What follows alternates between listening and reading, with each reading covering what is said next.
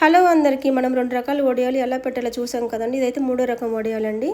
ఏంటక్క ఈ వడియాల గోలని మాత్రం అనొద్దండి, మీకోసమే కదా, మీరు ఈజీగా నేర్చుకుంటారని నేను చూపిస్తున్నాను. ఇదైతే గోధుమ రవ్వ కొత్తిమీర వడియాలండి.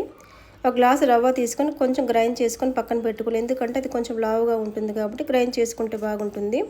ఇప్పుడు ఒక గ్లాసు రవ్వకి 7 గ్లాసులు నేను తీసుకొని అందులో సాల్ట్, వాము, జీలకర్ర, అలాగే నేనైతే పండు మిరపకాయలు నా దగ్గర ఉంటే దంచి వేసుకుంటున్నానండి. మీ దగ్గర లేకపోతే మీరు పచ్చిమిర్చి వేసుకోండి.